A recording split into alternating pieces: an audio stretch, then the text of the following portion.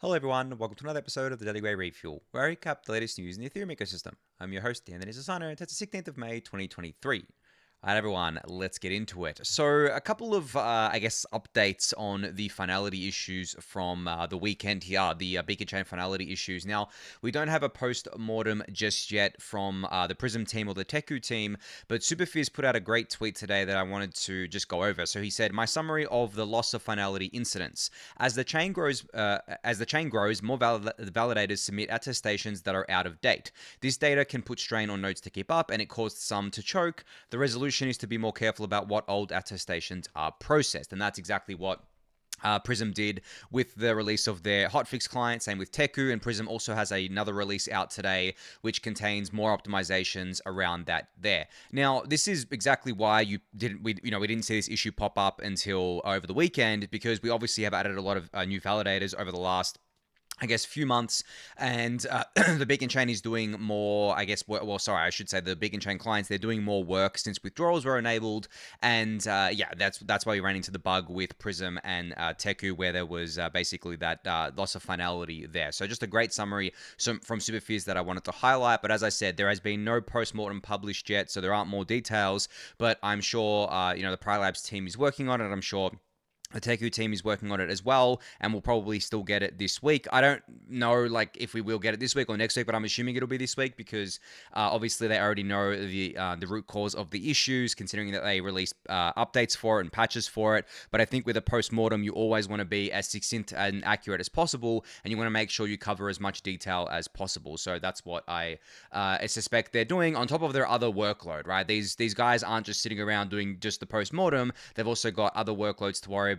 One of those being, making sure that they release new updates of the clients, like what Prism did today, in order to further address the issues that we saw, so we can minimize the risk of it happening again. Now, in saying that, that's another point that I want to bring up and hit home a little bit. I think I did talk about this yesterday, maybe even the day before, but it's really important to realize that, the way these systems are designed are not designed in such a way where it's going to be 100% foolproof and nothing's ever going to go wrong. The whole point of designing the, Ethereum ecosystem with client diversity at the heart of it is that redundancy that I spoke about. And to get that redundancy, you basically need to have not only client diversity, but you also need to have learnings from incidents that have happened in order to strengthen and harden the protocol. Because a lot of the times there is something in, cybersecurity or just computer security in general, or just security in general, called the unknown unknowns. Now, the unknown unknowns are the scariest thing because they are the things that you don't know that you don't know.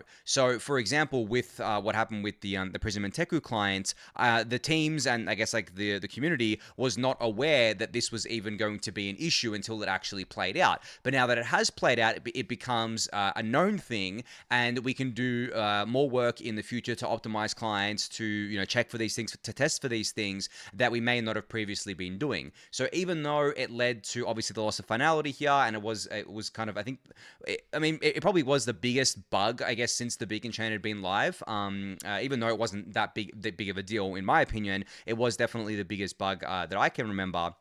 But essentially, it's actually a net positive, because it means that we're actually now going to be looking for things related to this, testing for these things more, and it's no longer an unknown unknown, which is obviously very awesome there. But anyway, enough on that one. You can go check out Prism's latest release and update it if you run the Prism clients. I'll link that in the YouTube description below. But moving on to an EIP 4844 implementers call thread from Terrence. So this is the usual thread that he puts out. This is the 22nd call, so the 22nd thread here. What they talked about were spec discussions. Clients have been making changes that were put in the spec, and they've been opening PRs, which you can find here. A bunch more information about all the different things that the client implementers have been doing. Testing with DevNet 5 and things like that as well. So an update from that was that teams found a P2P blobs by range response bug where insufficient blobs got returned. So there was a bug found, which is always very positive there. And it's some other updates that I'll link, that you can read when I link the thread in the YouTube description below for you to do so. But that's another thing as well. The Prylabs team, obviously, as well as all the other Beacon Chain client implementers and execution layer implementers, are all pretty heavily involved in the next Ethereum upgrade, which is Denkun, and obviously a lot of them are prioritizing 4844 right now because that is the biggest upgrade as part of that whole upgrade. That's the biggest EIP as part of that upgrade. So that's what I was talking about before about, these people aren't just sitting around thinking, okay, well, I got to think about these finality issues. No, they've got a lot of different things on their plates. The finality issues thing is one of them. I'm sure they're trying to work across all of these different domains while maintaining their sanity as well, right? But yeah, you can go give this implementers call thread a read. I'll link it in the YouTube description below. All right, so Lido has finally enabled withdrawals. This has been, I guess, like a long time coming, a long time being a month since Chapala went live. It's already been a month, guys. Like, how crazy is that? It's already been a month since Beacon Chain withdrawals went live. But anyway, Lido stuck to their promise of going live mid-May, which is really awesome to see. And now, if you want to unstake with Lido, you can submit a withdrawal request to do that. You don't have to just go to the secondary market where, there are obviously now two ways to exit. You can sell your stETH on the open market, on the secondary market, or you can redeem that stETH for ETH directly from Lido, which then goes and redeems it from the Beacon chain. Now, Nixo here put out a little tweet saying, if you wanted to move your ETH to a more decentralized, more minority protocol, now is the time. I have mentioned before how I think there's not going to be like a mass exodus of stake from Lido. The simple reason that anyone who wanted to exit besides maybe like the big whales would just go through the secondary market because there is quite decent liquidity for stETH. So I don't think we're going to be seeing particularly smaller stakers switch over. But the thing about smaller stakers is that I think over time they switch over once they stack more ETH. So for example, say you're a small staker and you've only got like 4 ETH. Or say you're a small ETH holder, you've got like 4 ETH and you want to stake it. Well, what are your options right now? Well, okay, you can buy RETH, right? But that's been trading at a premium, so you may not want to buy that because you're actually getting a raw deal. Then you can go buy stETH, you can go buy CBETH or Binance ETH, or you can go stake with Coinbase and Binance. So you just go choose Lido, right? And maybe you buy stETH or maybe you stake directly with Lido, but those are really your options. You can't solo stake. You can't stake with Rocket Pool. You can't spin up a mini pool. Not yet. Hopefully, when we get 4 ETH LEBs, but that's not the state of the protocol right now. But then over time, let's say you stack more ETH. Let's say you stack another 4 ETH, and now you have 8. And maybe you have enough money to buy the RPL tokens that are required to bond in order to spin up a mini pool, and you decide, you know what, I don't want to stake with Lido anymore. I'm going to sell my stETH and I'm going to go spin up a mini pool. Or say you stack enough to do solo staking, or say you basically want to move away from Lido to something more of a minority protocol. There are various different ways that people will leave Lido. I just don't think there's going to be a mass exodus, right? And obviously, the smaller stakers, they only put a dent in the numbers if there's a lot of them doing this. And again, it won't happen all at once. It'll be a kind of process over time, but I do believe it will definitely happen, especially as more and more services come online. They compete as well. I've mentioned before how I think we're going to see vampire attacks happen here. But again, it's a slow process because of that exit queue from the Beacon chain and the entry queue as well. Obviously, that slows things down considerably there. Now, speaking of Lido withdrawals, Will Sheehan here from Parsec Finance has put together a great little dashboard that you can monitor to see all the withdrawals that are going through. So on the right-hand side here, you can see the withdrawals requested as measured by amount of stETH. Now, if I just go to like I think there was like an aggregate view that I could use before when I went like this. Yeah, I think if I'm calculating it correctly here, just napkin math off the top of my head, I think there's about 12,000 ETH or something or 12,000 stETH, I should say, that have requested withdrawals so far. So not a huge amount, right? As I said, there is not going to be a mass exodus. Oh, okay, but on the bottom left here, it actually shows the total. So yeah, the total's almost 12,000 ETH. It's not going to be a mass exodus of stake. It's going to be a slow moving thing, but this is where you can monitor it. And speaking of staking monitoring dashboards, DGen Spartan put out a great little tweet here today with a bunch of links to different dashboards that you can check out. Some of my favorites are this one here, the validator queue monitoring. So you can see here that this shows the estimated waiting time for new validators and the pending validators in the queue. So right now it's 670 hours, which I believe is about a month. There's over 50,000 pending validators now, and you can see down here the amount of active validators. And there are some other dashboards that track this as well, such as whenmerge.com, which you can load up here and I think scroll scroll down, and yeah, it shows it here. 27 days, 5 hours is the current queue. So it actually shows it in days, not just hours there. And then a bunch of other dashboards I've shown before. He's got Hill Dobby's ETH2 staking dashboard here, as well as Lido specific dashboards as well. So I'll link this in the YouTube description for you to check out, since it's a bunch of really great resources. Oh, and there's actually one last thing that I wanted to point out, which was this website.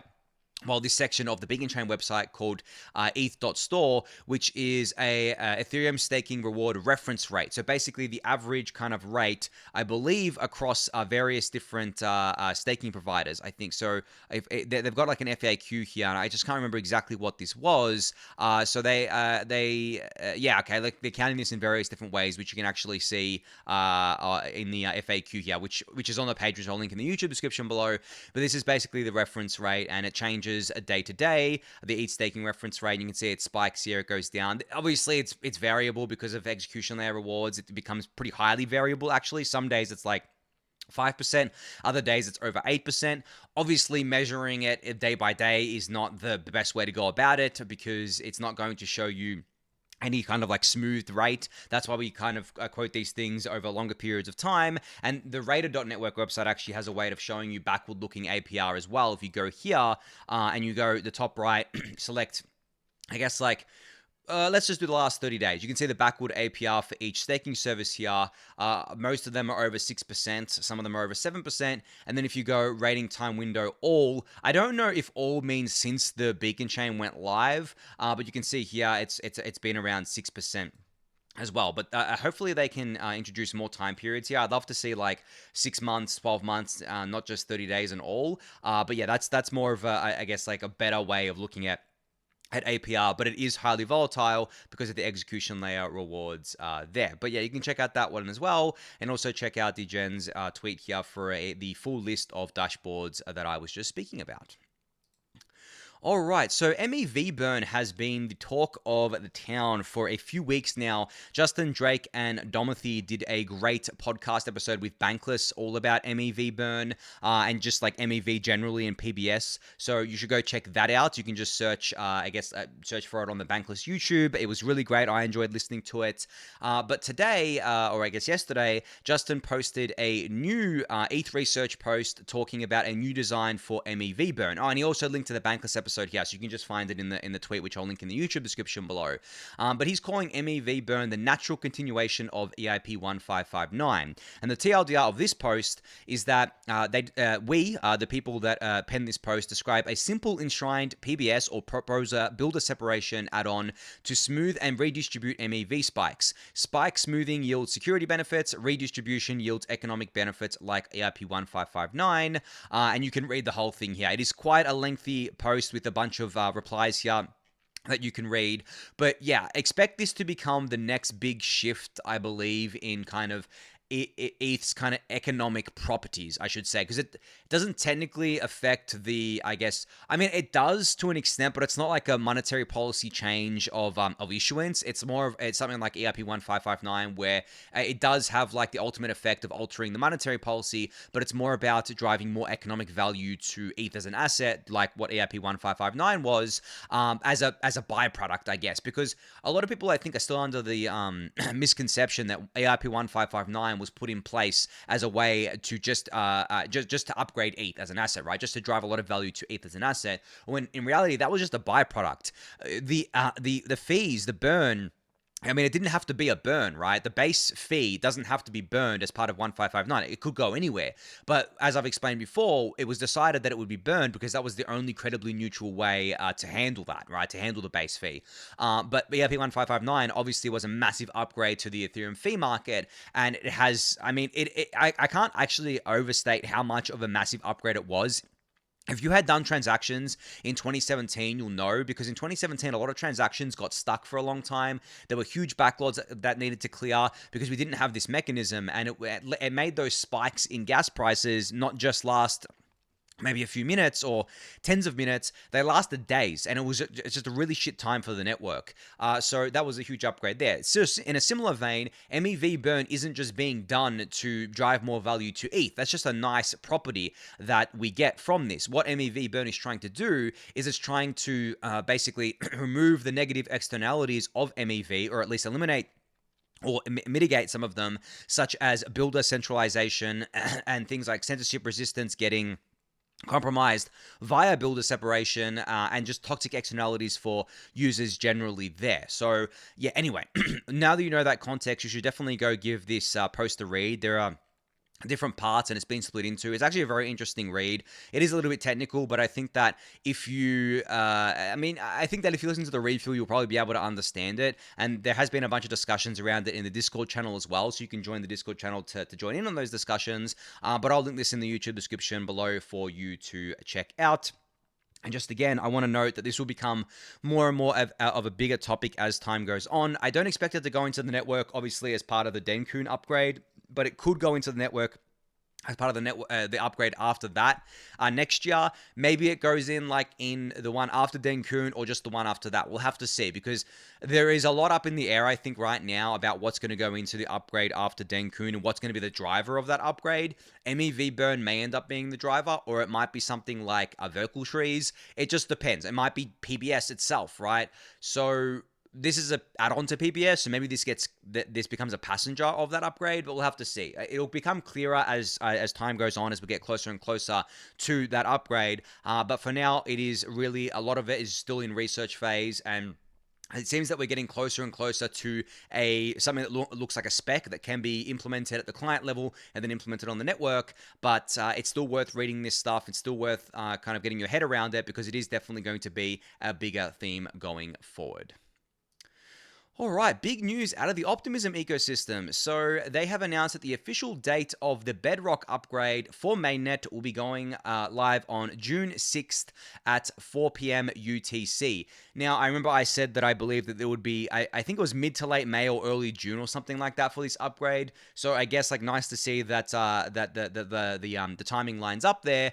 But what I didn't anticipate was that the upgrade would actually require downtime for the Optimism mainnet. So the OP mainnet will be down for 2 to 4 hours worth of downtime for this upgrade to go through, which I guess isn't too surprising, but it kind of speaks to how, I guess, amazing it is that the Ethereum network does upgrades without any downtime, especially upgrades like the merge, when the layer 2 still need to have downtime in order to upgrade, which is totally fine. I mean, I don't think it's a huge deal, and I think this might be one reason why Optimism haven't been going too hard on kind of like getting as much adoption as possible, getting as much economic activity happening as possible just yet. I think they wanted to get Bedrock out of the way because it is such a big upgrade for the OP mainnets, and they knew that they probably needed to have downtime. So yeah, but I believe after Bedrock, it will definitely signal a kind of like new era for Optimism, and I do think that fees are going to be cheaper. There's going to be a lot of other cool stuff happening under the hood, and you can actually read the full details at their mission control section, which I spoke about, I think, a couple of weeks ago on the Refuel. It's also linked it'll be linked in the YouTube description below, and there's also a Twitter thread here as well for you guys to check out. So very exciting to see that Optimism is about to undergo its biggest upgrade ever, I think, to date. And it follows, obviously, Arbitrum that did their Nitro upgrade. I believe it was late last year or something like that. It's funny because Bedrock was supposed to come out, I believe, they had originally said Q4, and they said Q1, and now it's Q2. Obviously, this has just been a big undertaking, so those dates have gotten pushed back there. But I think that over time, these layer 2s are going to learn the lesson that Ethereum layer 1 devs learned, is that giving any kind of time frames is quite dangerous because, like, you know, 9 times out of 10, you're probably going to miss the first date that you give. But I don't think that people knock Optimism like they knock Ethereum in the same way. I don't think they knock the L2s like that. Not yet. They probably will in the future, but I think that it's okay. And I can't believe we're almost in June, guys. Like, it's actually crazy thinking about that it is May 16th, right? It feels like yesterday that we did the merge, but I guess in crypto, time just goes very fast, even in bear markets. But anyway, enough of that. You can go check this out. I'll link the thread in the YouTube description below. All right, so Sriram from Eigenlayer had a really great tweet out today that I wanted to speak a little bit about. So he was quote tweeting someone called Ken, who tweeted, "DeFi code is launched into the most adversarial of environments. Non-stop attacks from financially motivated actors. It's damn hard to get right, but what comes out the other side will also be the most resilient and valuable code ever written." And then Sriram quote tweeted this and said, Open source means that the attacker can read the code. Open state means that the attacker can choose an opportune moment. Open entry for the attacker due to censorship resistance, and open exit for attacker due to immutability. It's the harshest environment code can ever be deployed in. So I want to break down each of these points. Open source. So it means that, as Asherim says here, the attacker can read the code, look for any bugs in it, look for anything wrong with it, and exploit it because there is open state and open entry, right? Open state meaning that they can choose when they want to exploit it, and open entry meaning that from anywhere in the world they can exploit it on the Ethereum network, because the Ethereum network is censorship resistant, it is permissionless, it doesn't ID you, it doesn't try to stop you from doing anything. As long as you are following the rules of what you're interacting with, even if those rules are not what they're supposed to be, right? Even if it's a rule that has a bug in it, and I mean the bug is the rule in that case, right? Then you can do that. And then open exit, the attacker can exit because there's immutability. The Ethereum chain doesn't get rolled back, right? It did that once and once only with the DAO because that was such a big deal at the time. But these days there are hacks happening quite often, and there has not been a rollback. Not even for the second biggest hack, I believe, which was the parity multisig bug. It wasn't a hack, it was kind of like an exploit which froze the funds, which led to over 300,000 ETH being frozen. Not even that got rolled back. And for those of you who don't know, Parity is the team that built the Parity Ethereum client that was co-founded by Gavin Wood, who's one of the co-founders of Ethereum. So not even they could get the chain rolled back there. So next time your favorite Bitcoin maxi says that Vitalik can just roll back the chain whenever he wants, you should remind them of that. But anyway, yeah, the open exit is because the chain can't be rolled back, and really if they're in assets like ETH where there's no backdoors like there are with centralized stablecoins, they can mostly exit. And we've seen this with attackers like North Korea, right? They've been able to exit by going to ETH and then just like Tornado cashing that ETH. That's why, or at least that's the stated reason why, Tornado Cash was sanctioned by OFAC.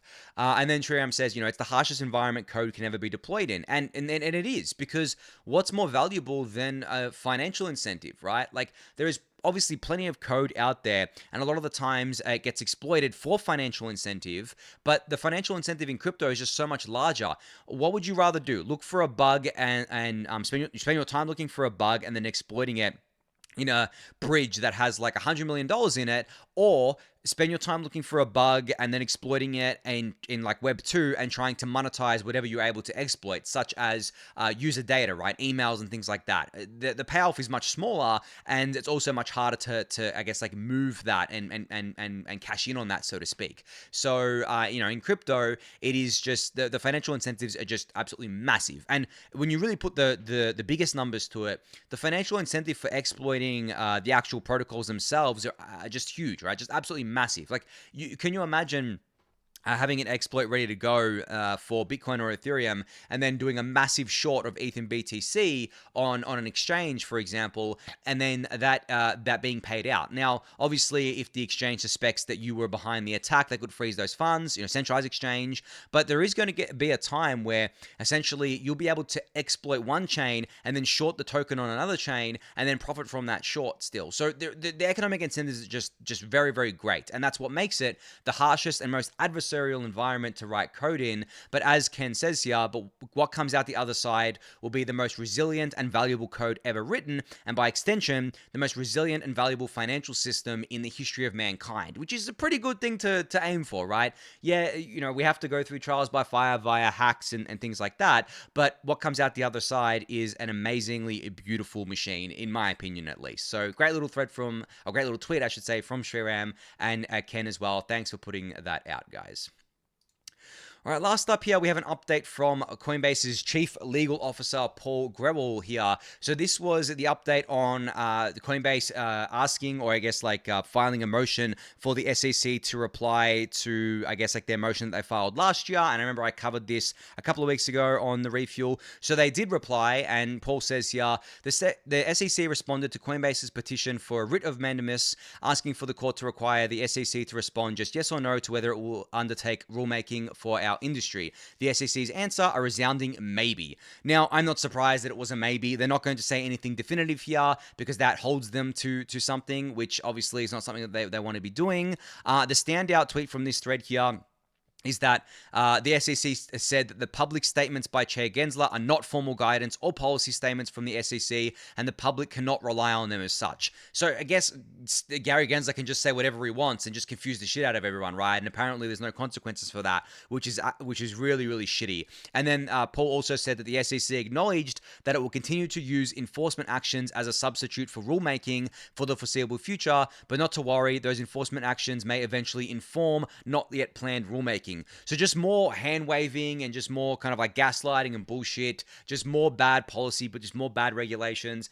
As I said, I didn't expect much from the SEC, and I'm still kind of disappointed that this happened, but it's good that Coinbase is pushing this. It's good that we're actually getting this stuff on the record, because now I guess like we know on the record, I mean, we always knew, but like we know now where they stand. Basically, anything Gary Gensler says should literally be thrown in the trash because it means nothing, and the SEC would rather just do regulation via enforcement than making any than making any guidance or making up any actual legislation or getting that pushed through, which is just the stupidest way, I think, to provide, I guess, like a regulation, provide a safe way, or I guess like a way for people to build and not be put in jail for it, not be fined for it, and things like that. And this is going to directly result in the continued bleed of the crypto industry from the US to other nations around the world. This is by far the stupidest thing that the US could be doing, is letting Gensler run the SEC like this, run it like a mafia,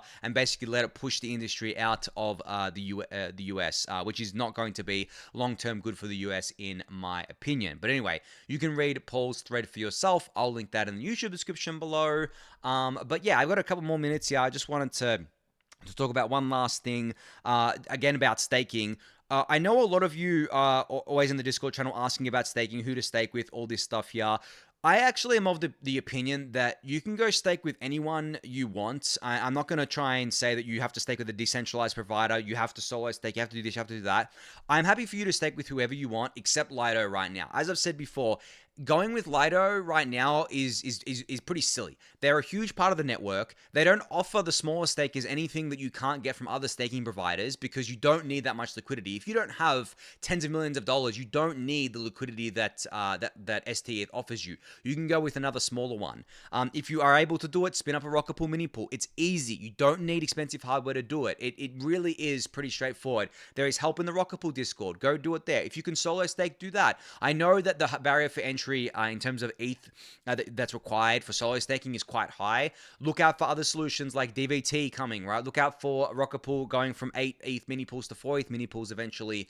But even if you don't have enough, if you don't actually want to run the validators yourself, just stake with anyone but Lido at this point, guys. Like, Lido has just too much market share. We shouldn't be encouraging people to stake with them. I'm not saying that Lido is a bad service, not at all. I mean, obviously it's a good service. There's a lot of people that want to stake with them, but it is not something that we need to be giving more stake to. They already have a large part of the market. Let's let's stake with other providers, and let's encourage people to stake with other providers. But yeah, I mean, I can say that as much as I want. Obviously, I don't think it's going to move the needle in a huge way, but I feel like saying it anyway. Maybe it does. Hopefully it does, right?